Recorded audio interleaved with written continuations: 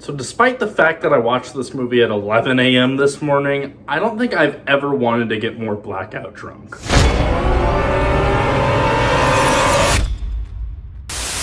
Night Swim is written and directed by ChatGPT, and it follows your friendly neighborhood generic white family who moves into a new house only to be tormented by an evil pool. So essentially, this is a horror movie about a haunted pool that struggles to be a horror movie about a haunted pool. Surprise, surprise, this movie was based off of a short that was co-directed by the director of this movie, Bryce McGuire, and this concept works pretty well, at least with this tone, for a 3-minute short. And that 3-minute short is really well done. But I have no idea who in the right mind looked at that and thought, yes, 90 minutes of super serious dark horror film about a pool just played completely straightforward. Yeah, that's gonna work for sure. Because this movie runs out of ideas extremely quickly, and by the end, like, the dad of the family just gets possessed by the pool and it just becomes a possession movie. Oh yeah, full spoilers by the way. I don't think any of you care, and if you do, you really shouldn't care, sorry. But anyway, all these characters absolutely suck. They're all just the most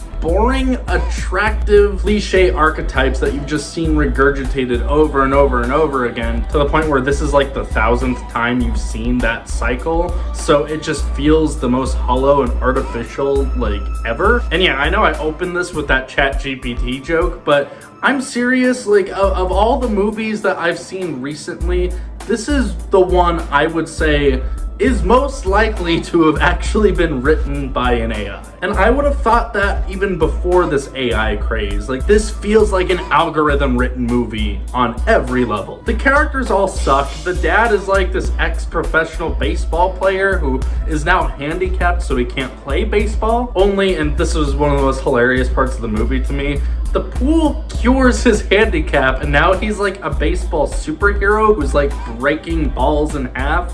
And this movie kind of broke my balls in half, honestly. In fact, that would probably feel better than the experience of watching this movie. But yeah, the bulk of the movie is like the pool trying to turn the dad against his family, because it's trying to kill everyone else, but it's just doing these wonderful things to the dad. And it's so funny. In fact, me talking about it is like, it seems funnier than the experience was as I was watching it, but it's like he's cheating on his wife and abandoning his kids to spend time at this pool. Like, I shit you not, this dad wants to fuck the pool, and he becomes so obsessed with this goddamn pool that whenever he doesn't swim in it for a while, he goes through withdrawals, which, God, it's just, this is...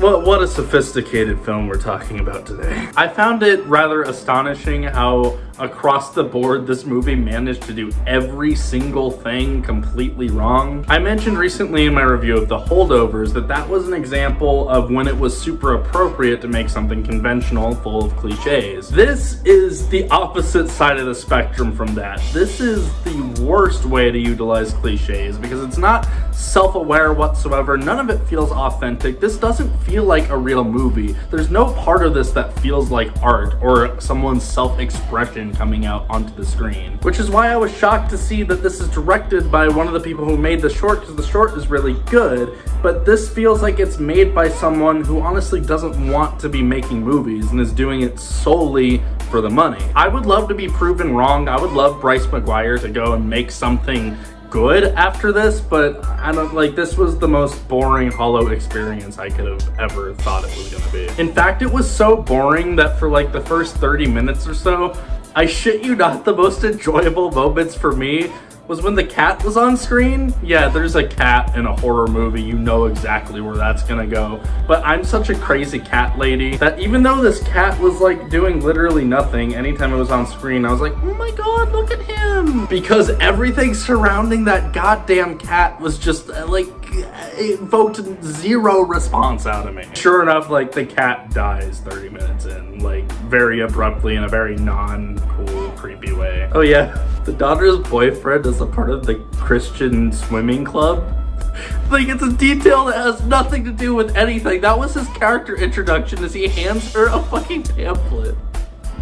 Like, what the fuck is this movie? So this movie being based off of a 3-minute short, obviously they're gonna have to take certain liberties or at least flesh certain parts of the universe out more to fill up a runtime. And one of the ways they do so is we kind of see this underwater realm that they get sucked into, and straight up, it's a fucking ripoff of Get Out's The Sunken Place. Like, just, does Blumhouse have like zero creativity at this point? You had an opportunity right there, movie, to do something creative and you fucked it up. The only positive of this movie was within that opening scene. Like, in fact, I remember the opening shot of the movie like being pretty decent, and there's some pretty good cinematic visual storytelling there. Nothing I haven't seen before, but still, it was okay. It was an okay opening scene. But any amount of craft or artistic integrity that you might find within that opening, which is extremely minuscule, is entirely lacking in the rest of the presentation. And I know I'm making it sound like it might be impossible to make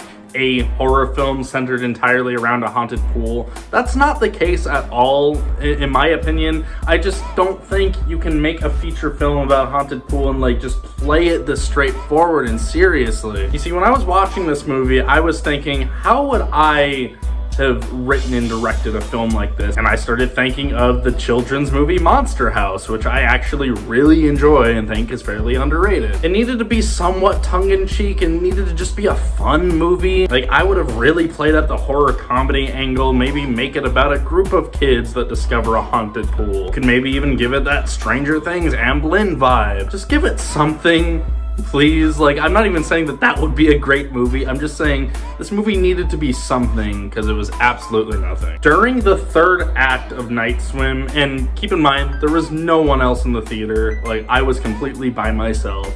Otherwise, I wouldn't condone this. I was just on my phone ordering carryout for after the movie was over, while the climax of the film was happening on screen in front of me. I did not get up. So I rated this movie a half star on my letterbox, which would make this a 1 out of 10, I guess. That being said, I thought that the opening scene was probably just a direct remake of the short film, though now I've actually watched the short film and I see that it's not. So just because there is like a tiny sliver of this movie that is somewhat competent, I guess I can't give it like the extreme bottom of the barrel rating. So I guess I'm bumping it up to a 2 out of 10, you know, a raving review. And you know, even with movies I'm not super crazy about, like for example Saltburn, which I reviewed a few weeks ago, I really try to find a constructive way to talk about it. But not just that, I really try to find an audience I can recommend it for. But honestly, I think the only way you might gain some form of enjoyment out of Night Swim is if you haven't seen a movie before. And even then, there are probably better places to start than